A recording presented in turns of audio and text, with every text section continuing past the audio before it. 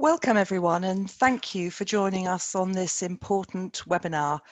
My name's Diane Glass and I'm Commercial Director at ISC Research. I'm your host today. ISC Research gathers and supplies data and intelligence on the world's international schools market, which this year is educating over 6 million students. We have a number of resources and solutions to support education suppliers working with these schools. This is an unprecedented time for schools and businesses around the world. The international schools market has seen a global wave of impact since January, when the first schools in Wuhan were closed. Since then, schools in well over 100 countries have been closed by their governments, while some schools are beginning to reopen. What are we learning from this, and how can the education industry respond? What are the challenges for suppliers? Are new demands emerging as a result? What do schools need and want from suppliers right now? We hope this webinar will help to address some of these questions. ISC Research is playing its part in supporting the international schools and education suppliers during this catastrophe. You may be following our webpage, which is providing weekly updates on many of the major countries and how they are affected. A link is there on your screens right now. We're also sharing more detailed updates when we can. Our China team are posting blogs right now about China reopening. You'll find updates on the ISC Research LinkedIn page. On social media, we are sharing as much best practice from the international schools and as many quality free resources to support teachers and leaders as we can.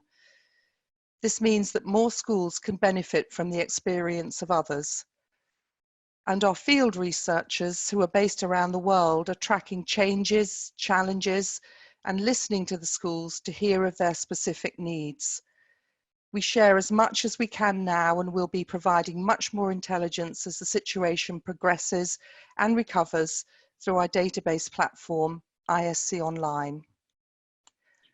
For any of you who might have specific questions to put to our panelists or to me, please type them in.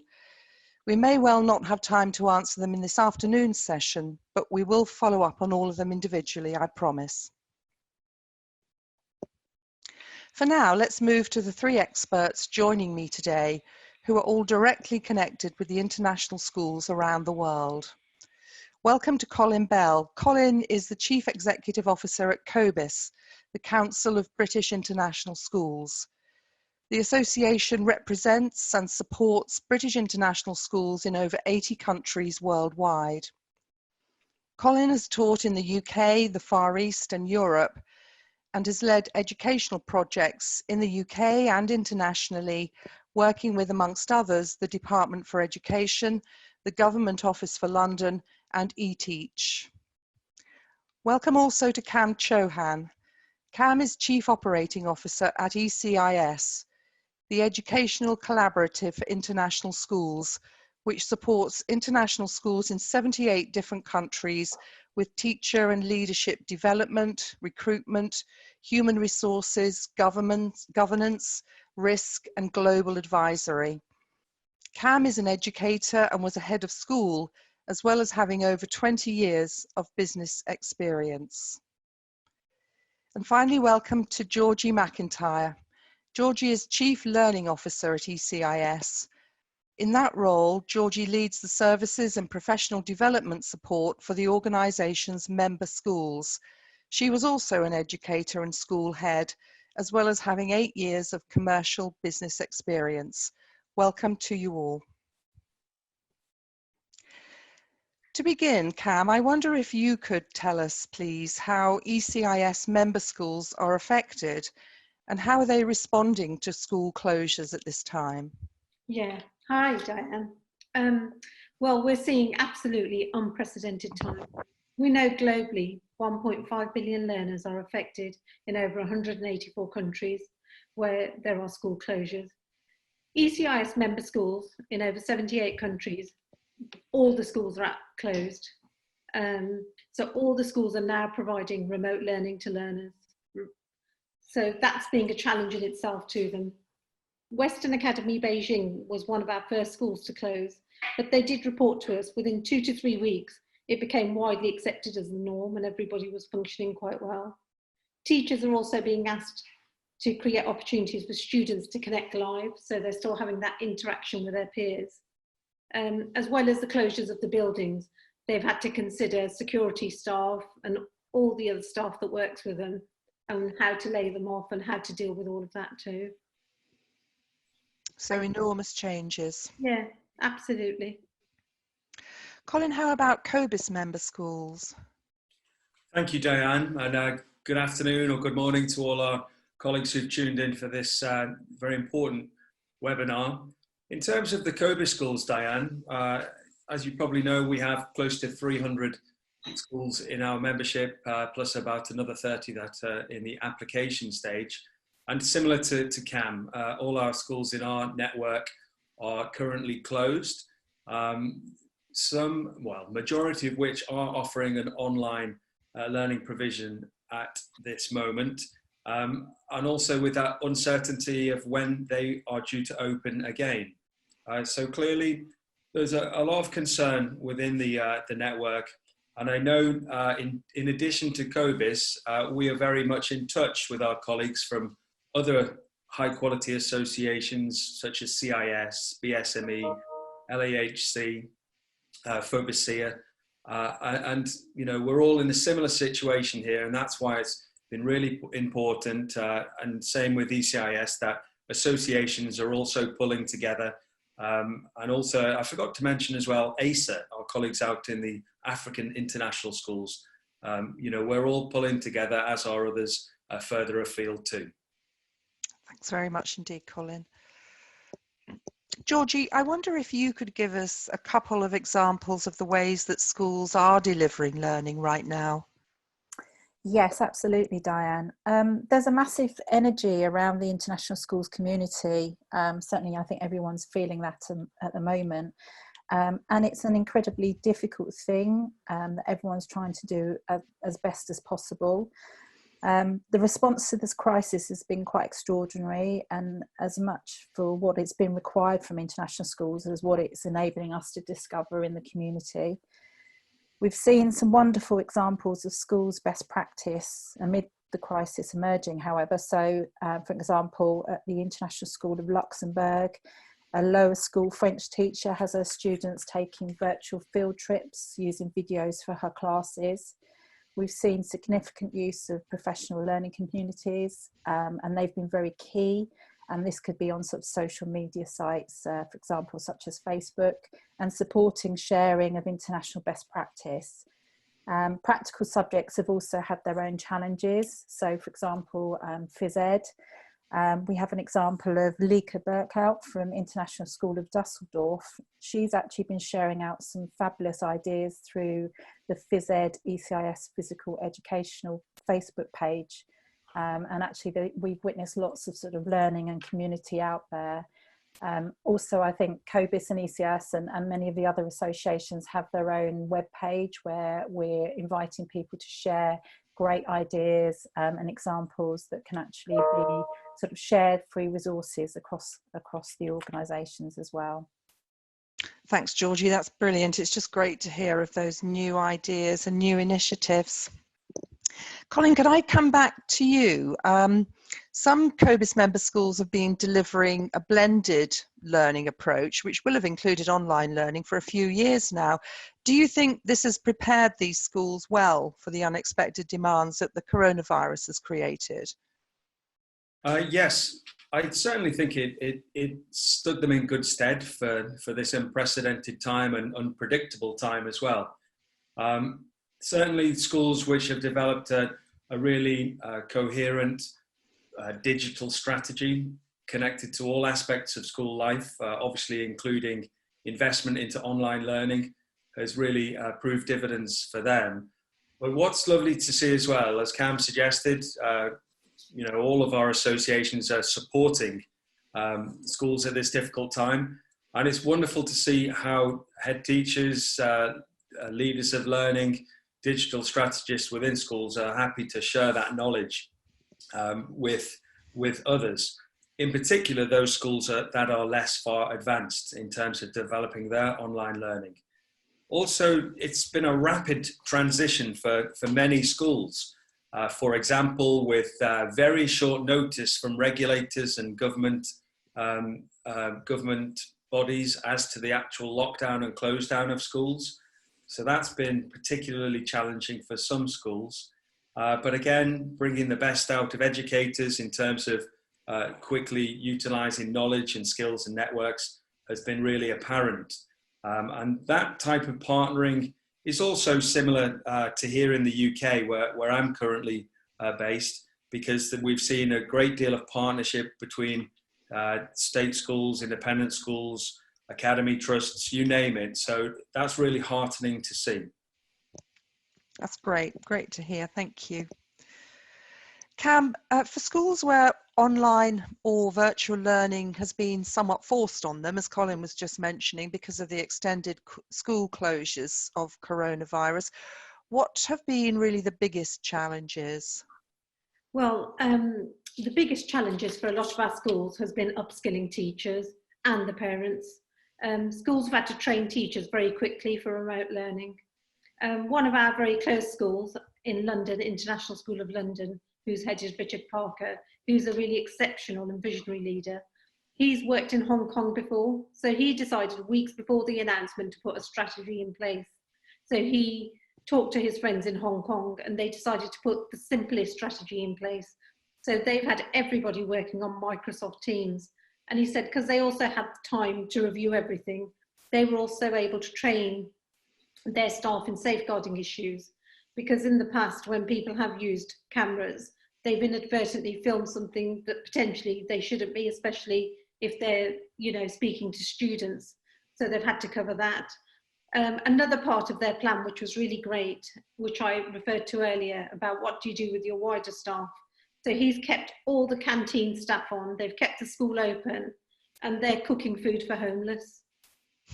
Everybody's cooking school dinners and the building is open, and they're distributing food to the homeless.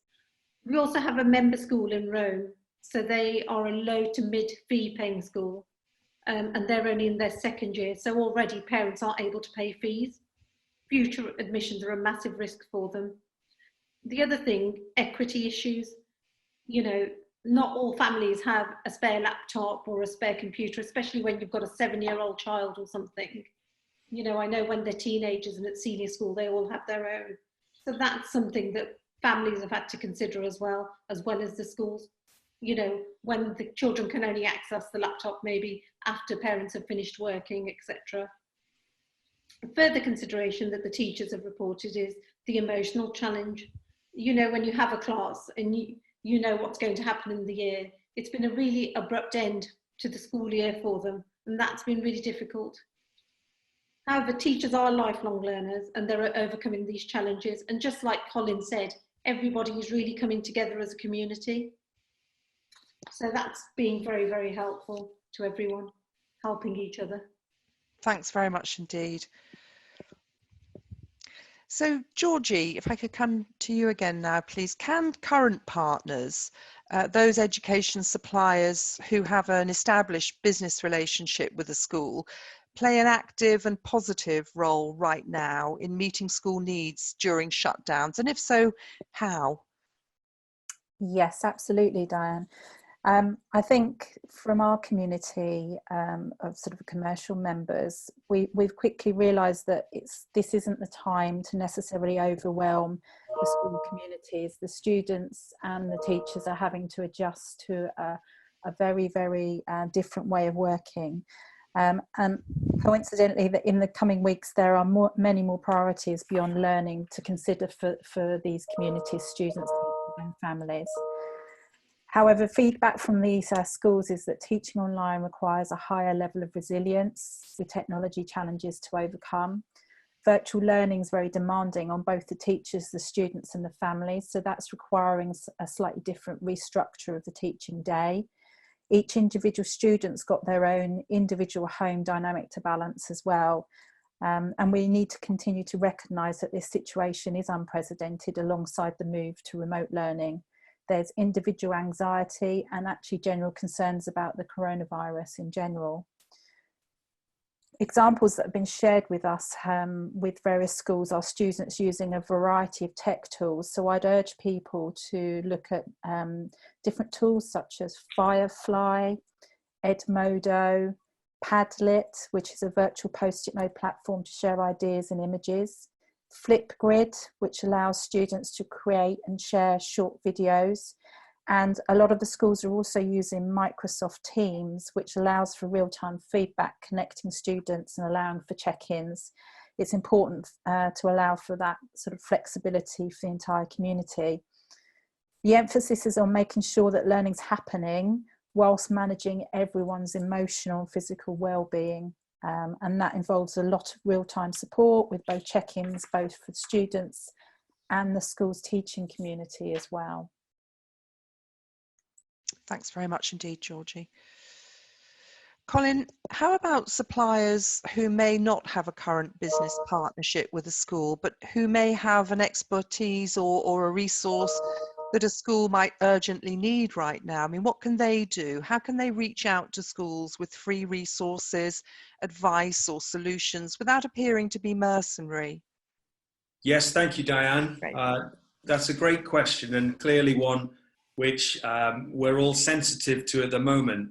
There is so much noise out there that schools are having to filter at the moment, whether it's questions from the parent group, their staff, their students. Also, they're dealing with multiple complex issues connected to the current closures, and also pressures and guidance and advice from host country ministries of education and regulators as well. So it's important that we all look to minimize the messages to schools, and I guess the email traffic and you know, the like. So so commercial organizations are advised to work with the support network through associations, if they're a member of associations. Also to try and send the right messages to the right people. That's also quite a challenge to do at the moment when schools are currently in Easter holidays or holiday period for most around the world.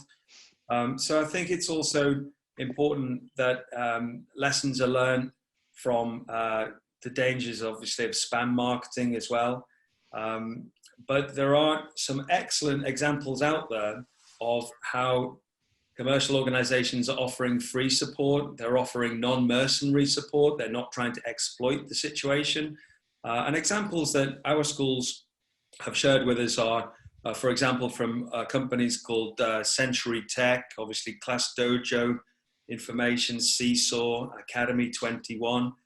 And it's lovely to see that prior to many schools breaking up for the Easter break, the attendance of students has remained high as these engaging learning platforms are implemented. But also webinars, that's a great way to reach out to schools across the world. But please, a reminder, I know that colleagues who are listening into this will be acutely aware, but whilst the offers of free resources and support is superb, it's not to be used as a method of trying to mis-sell or upsell. And I know, again, I'm sensitive that colleagues won't be doing that who are listening into this. But also another wonderful way of communicating with schools is through conferences. And clearly ECIS are going ahead with a virtual conference. COBIS will be doing something similar. But that wonderful opportunity of talking to school leaders and decision makers is not quite there face-to-face with reduction of conferences. However, you know, there are other wonderful opportunities, like, for example, on our COVID-19 hub at COBIS, we have implemented a dynamic LinkedIn group for the purpose of sharing good practice. And others are doing the same. We've not invented something unique, but we're really trying hard to facilitate the connectivity between commercial organizations and schools, of which COBIS, gosh, we've got over 200, we classify them as supporting members. And, you know, a reminder to colleagues out there that good associations, like all of the ones who we all represent and we've signposted previously, will be doing as much as they can for companies as well as schools at this challenging time. Thanks a lot, Colin. Kam, are there any products or infrastructure solutions that schools want access to right now to help them during this challenging time? Or do implementation challenges mean that these aren't even being considered at the present time? So it's a little bit of a mixture of both. One of our partners, 9 Consulting, have been working with schools since January from the first closures in China. And they've been providing schools with business continuity plans to support and aid schools in setting up systems for remote learning and teaching. This includes infrastructure designs, system implementations, and device configuration to enable teachers to efficiently deliver the curriculum. And also they've again had to think about data protection laws and the safeguarding obligations. 9 are also assisting schools who are now having to evidence the quality of learning in order to minimise the discount termly fee. So some parents are saying, how can you evidence the learning? So that's something else that more and more schools are coming up against. Working with 9, they're aided, these schools are, so that they can show their curriculum plan, their delivery, etc. Schools are also having to consider planning solutions already for when they are able to go back and recover services and return to normal operations. Just like Colin said as well, we have many partners and suppliers who are offering free resources to all schools, not just our schools, but absolutely all schools. So we have set up a page again for COVID where all these free resources are available. TTS Group are offering free books and resources online, as are Pearson's, and Pearson's are supporting all the stakeholders, so parents, teachers, children. They're absolutely supporting across the board. So yeah, you know, there are lots of solutions and products out there that are helping people. And that are being considered right at the moment. So that's Absolutely. great. Thank you very much. Georgie, Colin has suggested some ways for external providers to connect with schools right now. Could you share any examples of suppliers that have done a particularly good job of supporting schools at this time? I have to be honest and say that this will just be the tip of the iceberg, but these are examples that individual schools have shared with me that they found extremely useful, so I'd highly support these. Schools are finding of real value are our friends Text Help, who are helping schools to remote learn with some great software tools that help with assignments and assessment, particularly across literacy and maths, and also helping with students that have specific learning challenges. And also diversifying. Here at ECIS, we've also had to quickly adapt and be flexible, and I know it's been mentioned already, but we're looking at offering, we've had to move our conferences to virtual conferences. So we're now having a virtual senior leadership conference in April and a specific conference for early childhood teams in May. And these sessions will also be recorded and available for up to 60 days. So we're also opening it up to make sure as many people can access that as possible, with sort of one ticket just for the entire childhood teams or leadership teams.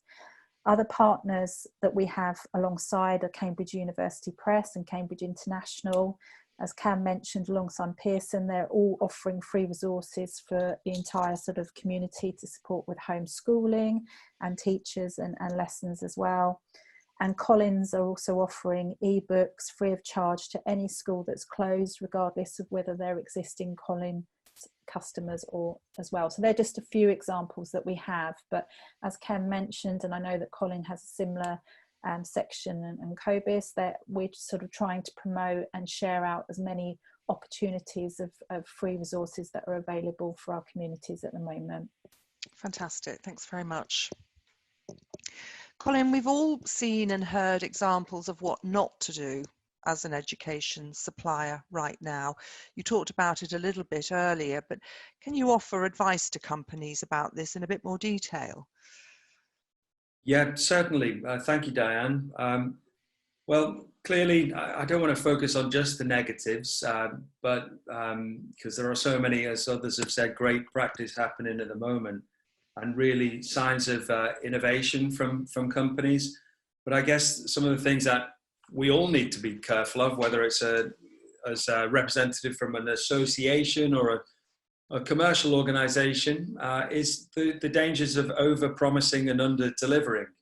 Also, to remind ourselves that we really need to listen and consult with schools at this challenging time, so that in a sense we can all respond to what they need, as opposed to trying to maybe push products or services which are not required at this moment. Clearly as well, in terms of offering the full picture and being open and transparent, for example, connected to customs. Is it possible to buy a product that can actually be delivered in time? Also to be mindful of current orders that are in the system, and to provide regular updates. Again, as I know that colleagues who are listening in and tuning into this will be doing already to schools across the world. Also, price points, I'm not suggesting it happens in education sector, but it could well do. But, for example, having aggressive price points for products or services that schools actually require at this time. So to be mindful of that too. Also, it's always a dangerous game to try and exploit the situation to the detriment of other colleagues and other companies who are occupying this space. So you don't want to do down your competitors or point out potential failings or that they may be experiencing at this time. That's not helpful to anybody. And also, just Diane, if I may, I know that all the panelists and ISC Research clearly understand that there are significant pressures for all commercial suppliers at this time. And there is a lot of guidance and advice out there, particularly from the UK government. But again, it's quite difficult to actually cut through what's out there, what's available. So associations like ECIS, like COBIS, have certainly gathered together the detail, whether it's coronavirus job retention schemes, whether it's business interruption loans, small business grant funding, statutory sick pay rebate, other financial support, which is out there, VAT deferrals for 3 months for businesses. Again, income tax deferrals for self-employed. And I know that there is a lot of challenge out there for getting the right support to the right companies and to larger companies, self-employed colleagues as well. And again, COBIS, for example, doesn't have all the answers to that. However, we can certainly clearly signpost, and we've packaged up the support that's out there to UK-based organisations. But again, I'm mindful that our audience today will be based all over the world. So again, tap into your local associations, regional associations, and also to business enterprise help schemes who are based in your part of the world. So I hope that's helpful, Diane. But again, it's about communication and asking the right questions, and hopefully those that don't have the right questions will be able to support you find them. That's great, really helpful. Thanks very much indeed, Colin. So let's, if we could, look a little further ahead. How about the new school year, Kam? How are schools looking ahead to their needs for next year? Absolutely. So I was speaking to our board member in India yesterday, and she says they have issues around teacher recruitment. And just as we were discussing, Diane, before the call, there's a nervousness about when should we travel.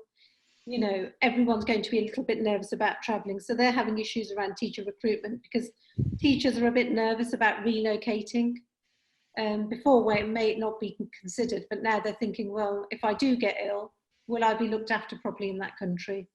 So that's an issue for one of our schools. And admissions again, what is the impact going to be on admissions once, you know, all this has died down? So they're all thinking about new approaches, having to consider finances and timings of when they do things. And practitioners, it will give them, hopefully once they're back, they'll have time to reflect and be ready for the next crisis. Schools will, I think, put in place crisis plans, because a lot of them had to shut with less than 24 hours notice. They'll have more robust IT structures, I think, to deal with this sort of thing. And also the suppliers that they've been able to rely on and who have been able to deliver will be very important to them. And, you know, they're so grateful for all the free resources out there, because they're having to think about extra work for students who are powering through work. So looking ahead to their needs, you know, is really complicated for them at the minute. It's making them all quite nervous, I think, the ones I've talked to. Mm-hmm. Thanks very much. Can you add any other insights to this, Colin, that might inform specialist support services, do you think? Yes, thank you, Diane. Similarly, you know, we've been talking to our schools regularly about specialist support in terms of teacher supply, recruitment, leadership supply, support staff supply. And obviously, this recruitment outlook currently for the short term is not necessarily positive. I know that speaking to Edvectus recruitment search specialists earlier today, you know, they've come up with some very telling statistics which clearly indicate the percentage drop in the numbers of teachers, for example, looking to move from the UK or Australia or the US further afield. So that's clearly got an impact. We've seen globally since, I guess, really the 11th of March, when the WHO labelled this current coronavirus situation a world pandemic. The desire for the desire for example, teachers and leaders who are worried about the health and ongoing, the health of their aging relatives, it doesn't really seem conducive to the idea of then living thousands of miles away from home, no matter what the clear benefits are that schools are offering. I also see, you know, there's those green shoots of hope, and it's great to hear from our colleagues. And you know, we learned it as well from your research and reporting at ISC Research, that schools out in China are starting to reopen, and the restrictions are lifting slowly. So that's good news, and that you know, doesn't necessarily create a great picture at the current stage for schools out in Europe and obviously further out to the West, as the COVID-19 situation is clearly accelerating, and you know, let's be honest, it's going to get worse before it gets better. So I think that for those schools who might have thought that teachers leaving China would be potentially coming to their schools, that's, you know, not going to be the case. We also know that schools are really working hard to look after the well-being and safeguarding of their staff as much as their students. So those schools who are really focusing on retaining staff, caring for their staff, offering support and counselling, they'll do really well, because again, you don't have to replace or recruit teachers that don't leave. So the other things as well are to engage agencies. Again, this week we've had conversations with Compass, with eTeach, with TESS, with LSC Education, Anthony Millard Consulting, and they're out there to support. And the good the good recruiters, I've just had a message today from M2R Recruitment as well. They're not going to exploit the situation. They're looking to support schools over the, you know, the short term, medium term, and long term as well. So if there are agencies that are popping up overnight, you know, just be mindful that good recruiters are built on reputation. So again, make sure that you choose wisely. And the final thing really is also to keep in touch with those teachers and leaders and support staff who you've already contracted, who are due to start potentially in September. Keep in regular contact with them, and you know, here at COBIS we operate in a culture of no surprises, and I suggest that that's what schools do with their contracted teachers who are due to join them in the near future. Thank you, Diane. Fantastic. Thanks, Colin. Georgie, what do you feel might be one lesson, if there were one lesson, that could be learned from the coronavirus that might result in change for some international schools? Wow, that's a tough question. I think, in effect, the international schools, we've all been catapulted into the world's largest EdTech experiment in history. Everybody's not had a choice. We've had to all embrace how, and very quickly and agilely, how we actually adapt to teaching and learning. And it's this kind of conversation that's been taking place for a very long time. Suddenly everybody's actually having to embrace and accept it. I think there's also been perhaps a wider respect and understanding of the role of an educator, specifically from the more of the wider schools and families, now that they're having to become more aware and more involved in day-to-day schooling. International schools will have many lessons as a society as well. We're finding that actually many students in the future will now have ownership of their learning. They'll understand how they prefer to learn, and identify what support they need, sort of with a wider empathy. And hopefully teachers will be empowered to decide what online learning tools work for them. So this is an opportunity to trial and test. There are going to be mistakes, but no idea is a bad idea. And in some cases, we're seeing already suggestions that there's going to be permanent flexibility around school physical day structures. So again, these are ongoing discussions that have happened in the past, but now we're actually looking at schools really looking at embracing slightly shorter days or more intense days that embed actually IT and working from home, but a lot more flexibly. So I think we will see greater differentiation around school structures moving forward. That's really interesting, thanks. How about you, Colin? What change, if any, do you predict as a result of this global challenge that's affected virtually every school in the world? Yeah, thank you, Diane. Clearly, a whole host of changes, positive changes, and also changes which will certainly provide challenge for schools, challenge for educators, and also challenge for students, parents, and their families too. We've heard obviously about the developments with online and blended learning, the clear advancements there and lessons learned as well.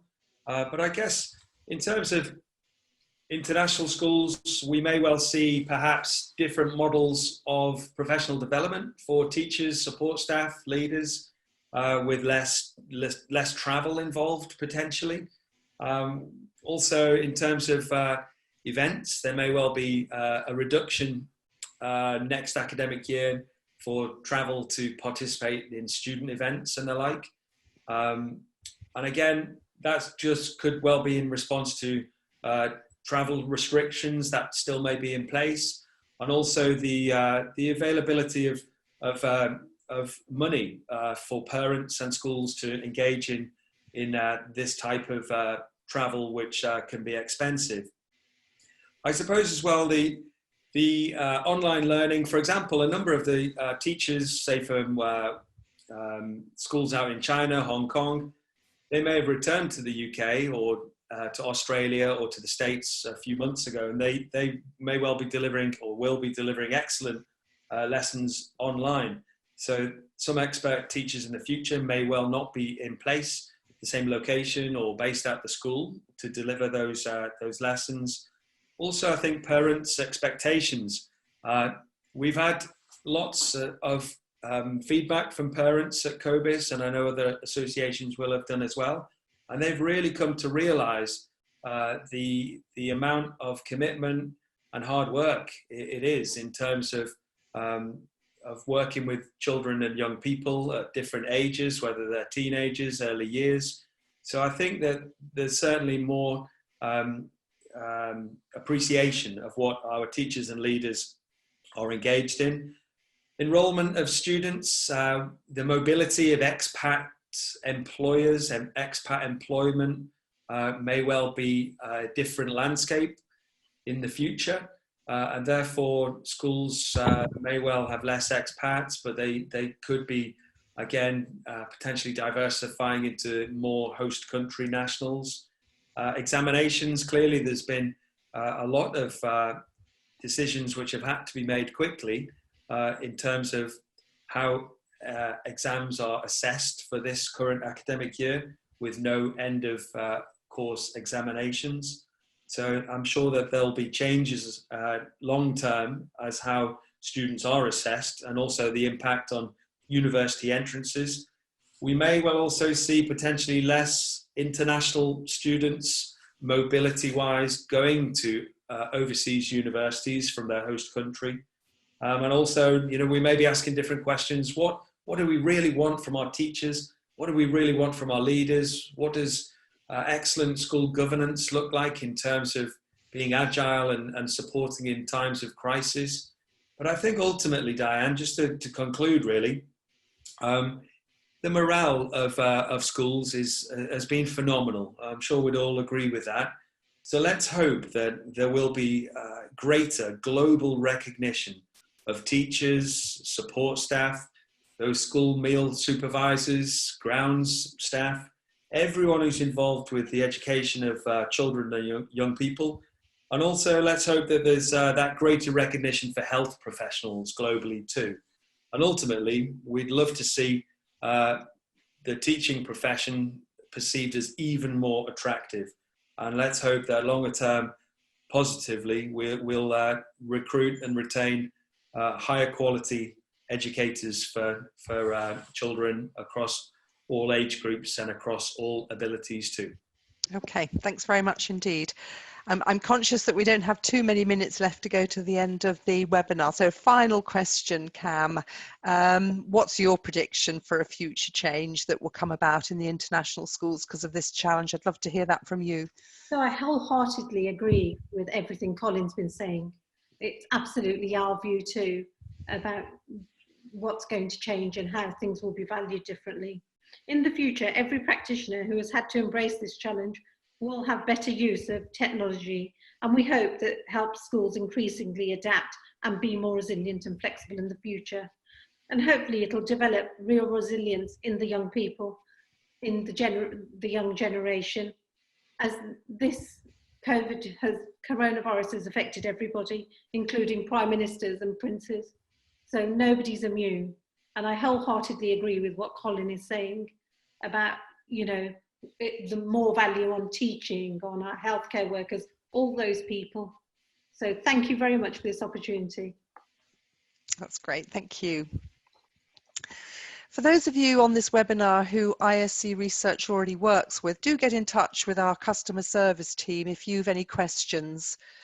There are also some suppliers who've joined us on this webinar that are not currently working within the international schools sector. And if you're one of these companies, you may be looking for new markets right now while your domestic market is closed, or you may have a solution that you believe may be relevant for international schools because of the coronavirus. For those who fall into this group, I'd urge you to consider membership with COBIS or ECIS or both, depending on what's appropriate for you. Both organisations and many other very good international school associations that support specific regional areas can help in many ways. I just also wanted to bring to your attention the fact that ECIS are offering all attendees of the webinar today a 20% discount code to register for the ECIS virtual conference. The conference is on the 24th and the 25th of April, and if you want to take advantage of that discount, then please use the code RESEARCH in capitals, followed by the number 20, no space between the two, RESEARCH capitals 20. ISC Research also has a number of solutions to help education suppliers develop business with the international schools sector, including direct routes to market. Do follow up with us for more guidance specific to your business and your provision. And if you found this webinar helpful, we have another coming up on Tuesday, the 21st of April. It will feature two of our field-based consultants located in Singapore and China, Sam Fraser and Stephanie Quayle. They'll be sharing news from the ground of how schools in their regions are responding as the implications of the coronavirus progress. You can register for that webinar right now, and the details are on the ISC Research website, LinkedIn and Twitter pages. So thank you to everyone for joining us, and my special thanks to Kam, Georgie and Colin for your invaluable expertise and knowledge here. I'd like to end by wishing you all good health and continued business success throughout this time. Thank you so much, Diane.